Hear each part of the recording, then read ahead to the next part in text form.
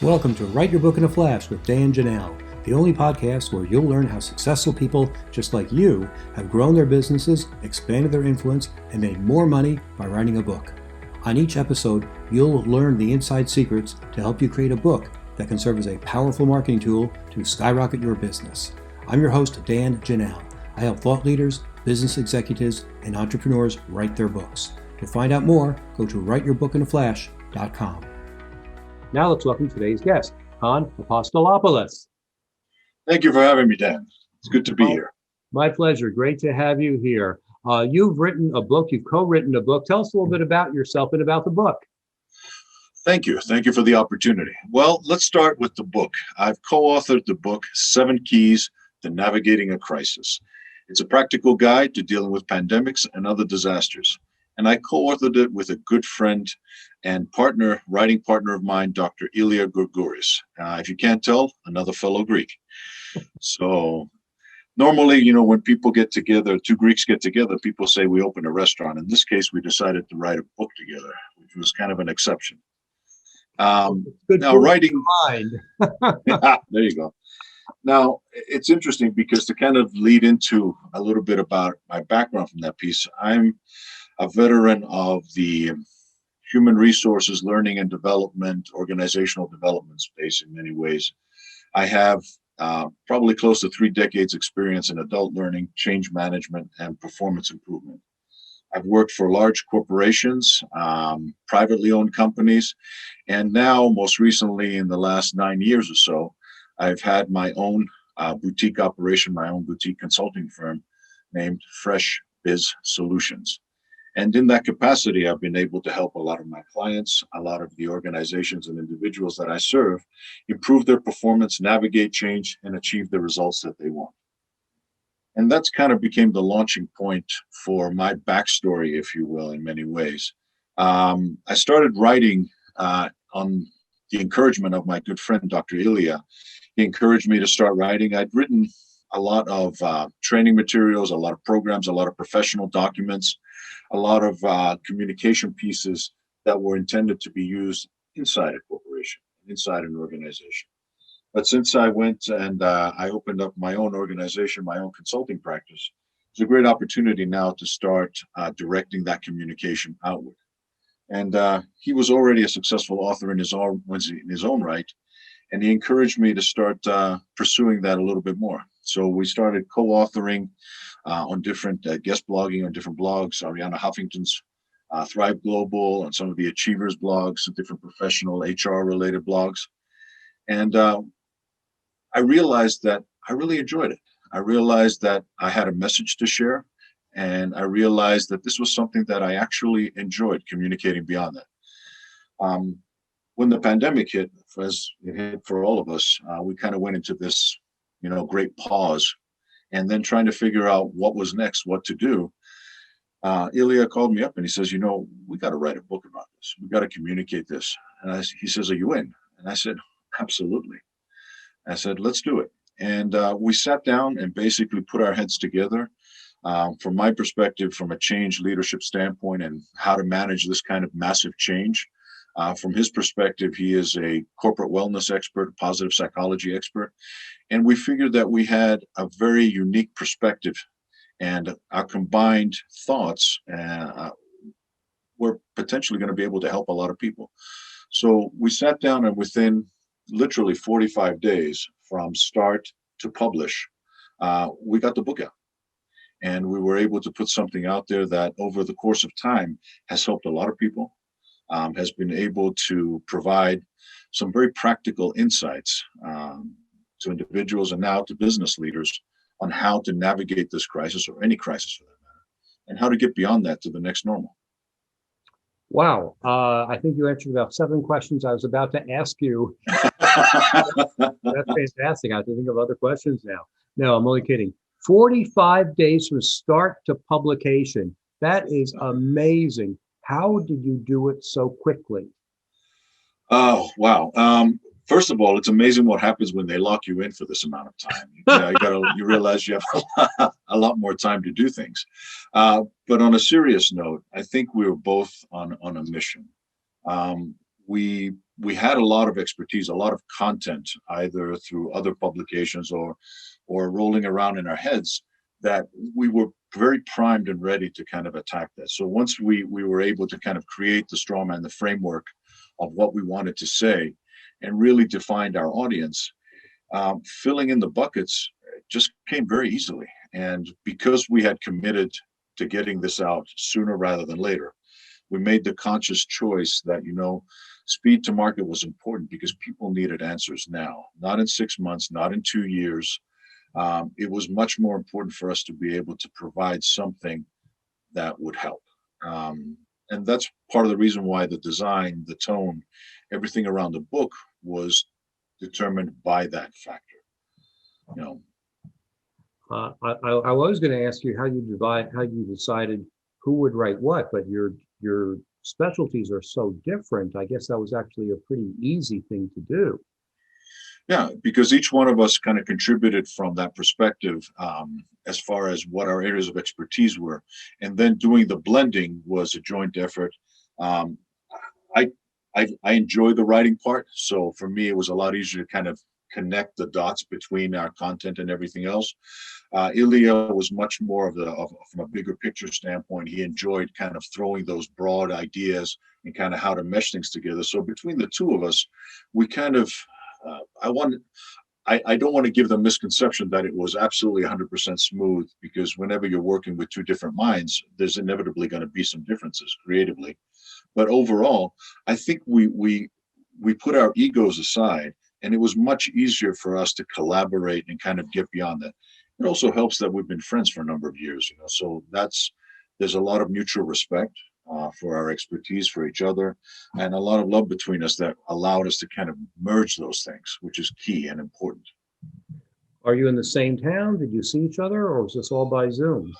Well, the interesting thing is that we did it mostly by Zoom, but we are about 10-15 minutes apart. He's a couple of exits up the freeway from me. So having that kind of proximity in case we needed to get together was helpful. As things opened up and closed again, we had opportunities to kind of collaborate. But for the most part, the relationship was strong and already there. So we had a good foundation.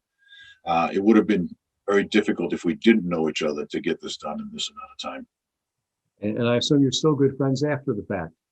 Yes, thank goodness, because a lot of times they say the best way to lose a friend is to start a business together. Mm-hmm. But in this case, our project, our collaboration has only reinforced a lot of our friendship and everything else, and probably been a huge win-win for both of us. How did you resolve conflicts?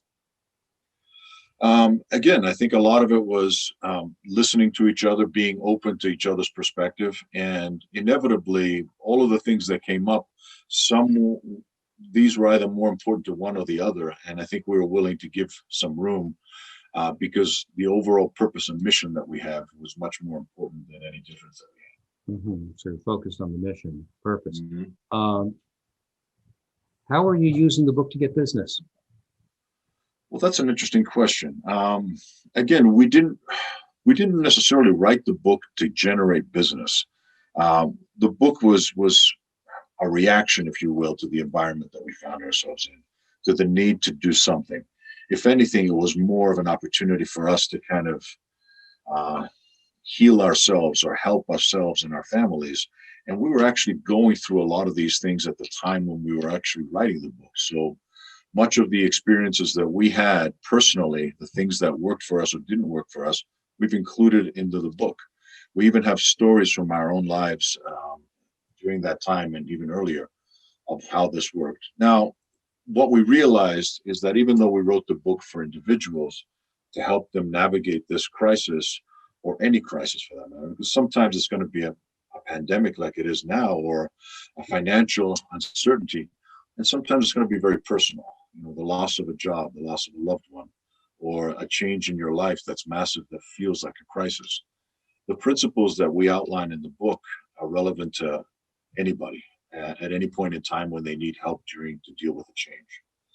But what we uncovered from that, Dan, surprisingly, is that as we shared the message with our clients, many of them came back and said, I need help, not just as an individual, but as a leader. So what ended up happening, even though we wrote it as an approach to individuals, now we're dealing with companies and with leaders within those institutions, CEOs, senior executives that are leading organizations and teams that are now saying, my old playbook doesn't work. What can I do? So the book itself provides much of that, many of the answers that they needed. And what we've done is through our presentations now, through the workshops, through the coaching that we've been doing and consulting, we've been able to now extrapolate the relevant pieces that apply now to an organization. Let me give you an example. The first key in our book is self-care. Now, self-care for you and I might mean the need for us to get up every so often from our desk where we've been tied to working from home, getting outside, getting some fresh air, perhaps how we address our physical needs to make sure that we maintain physical health, emotional health, mental health, even spiritual health, and being able to provide some insights from that piece. But self-care to an organization might look something very different. For example, to an organization, it might mean, have you checked your benefits lately of what you're providing to your employees? How are you addressing the needs of a now dispersed workforce? Are you able to cater to those new needs? Because, things are changing. How can you address that? If we're dealing, for example, with flexibility, which is key number 3 for us, well, being flexible in your environment, being able to pivot, be agile as an individual as things change in your environment is one thing. Yesterday, you were able to go into your office. Today, you're all of a sudden a teacher for your 10-year-old, and now you have to all of a sudden remember what it looks like to do math at that age. And you're trying to do that while you're juggling the project that you have to prepare for and everything else. Well, to an organization, that might look as an extension of that, something along the lines of, how do I measure productivity? I used to judge Dan based on what time he showed up at the office and what time he left. Now I may have to look at Dan and say, Dan, are you producing what you need to produce? That's what I care about, because you may have to do that at 10 o'clock at night when the kids are at bed. And I just need to judge based on your productivity rather than how many hours you're spending at your desk. Excellent. I was actually going to ask you, how do you take a personal example and bring other people into it so they see themselves in your example? As far as the concepts of the book, is that what you're asking? Exactly. Yeah. Well, again, there's a lot of personal stories. As a parent of a daughter that just turned 18 not too long ago and is part of this 2020 graduating class, she had to deal with a lot of the adversity of all of a sudden being thrust in her senior year into a remote environment, not realizing that the other day was the last time she was actually going to set foot into her school. And now all of a sudden she has to go through this, deal with the angst, the troubles of graduating from that, not knowing if she's going to be able to walk out and graduate, receive her certificate, or be recognized for all of her work. 12, 13 years of effort and schooling, and all of a sudden no closure. Well, my daughter could have sat there and felt very sorry for herself. But you know what? She became a navigator and took on a lot of the characteristics of what we described in the book. And I watch her. She not only did well and adapted and became flexible to this, took care of herself, but she also graduated with almost a 5.0 perfect score because of all of the added advanced placement classes that she was taking and college level courses that she was taking. So I watched her as she studied for hours on end. And because she has one of those little devices on her wrist, those little Fitbits, it would remind her every hour to get up. Well, she didn't feel sorry for herself. She would just stand up, clap her hands and say, Dad, it's walk o'clock.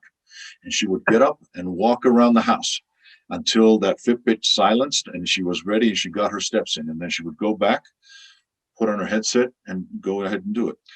And now all of a sudden she's doing her studying, I'm doing my work, my wife's doing her work, and we're all gathered around on our own devices around the dining room table.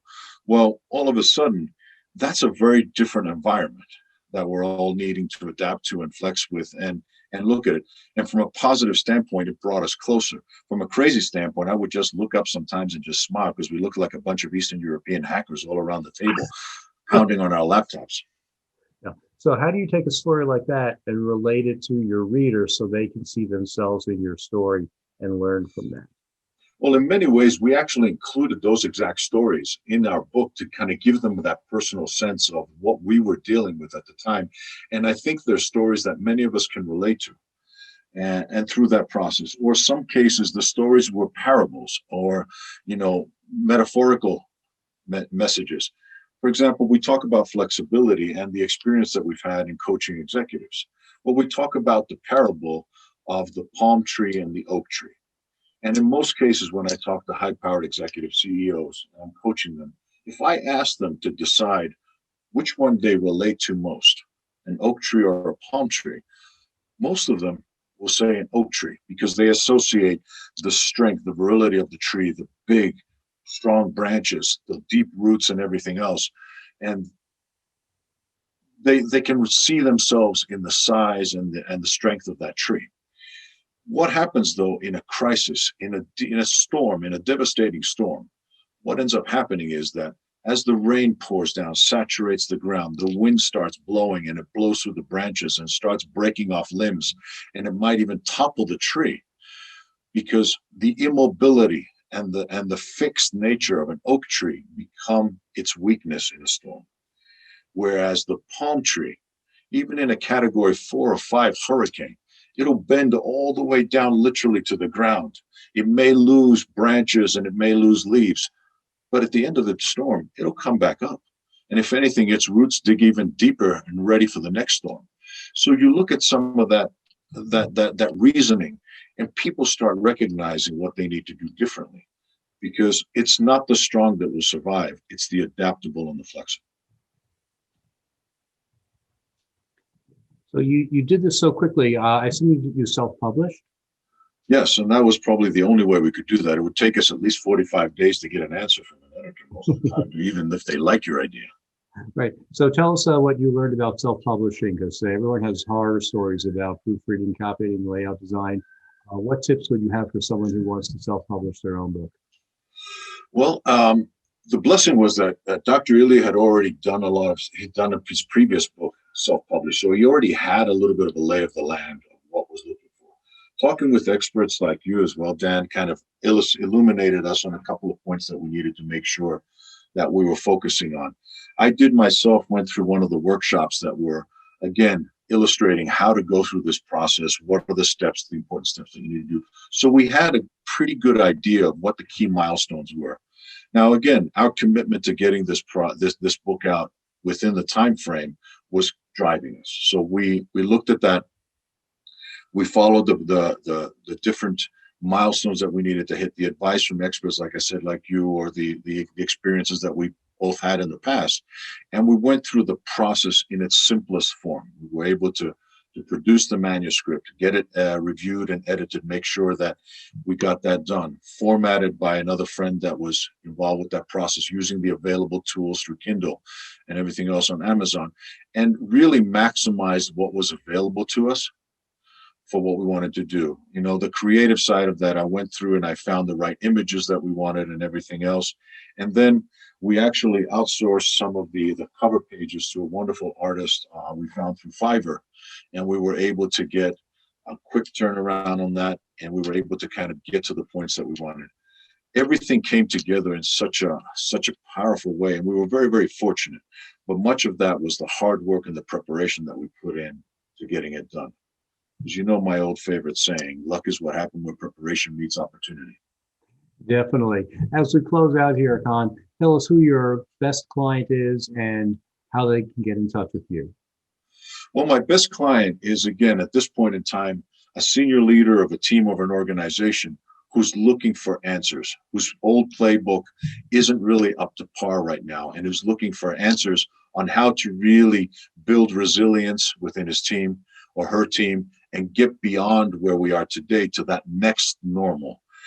We can provide answers, we can help, and I'm happy to provide either a quick consultation to see if it's a good fit. So anybody that, from an operational standpoint, organizational standpoint, is leading things, let us know. Let us help you. Great. And what is your website? My website is freshbizsolutions.com. Great. Thanks for being with us today and sharing great information. Thanks for having me, Dan. It's been a pleasure. Thank you for listening to the Write Your Book in a Flash podcast with Dan Janal, the only podcast that shows you exactly how people just like you have built their businesses by writing a book. If you'd like to write your book but don't know where to start, you can find great information at writeyourbookinaflash.com. If you're ready to take your next step to write the book that can transform your business, I invite you to schedule a free, no-obligation consulting call with me by going to writeyourbookinaflash.com. We'll be back next week with another insightful interview to help you become a top business leader.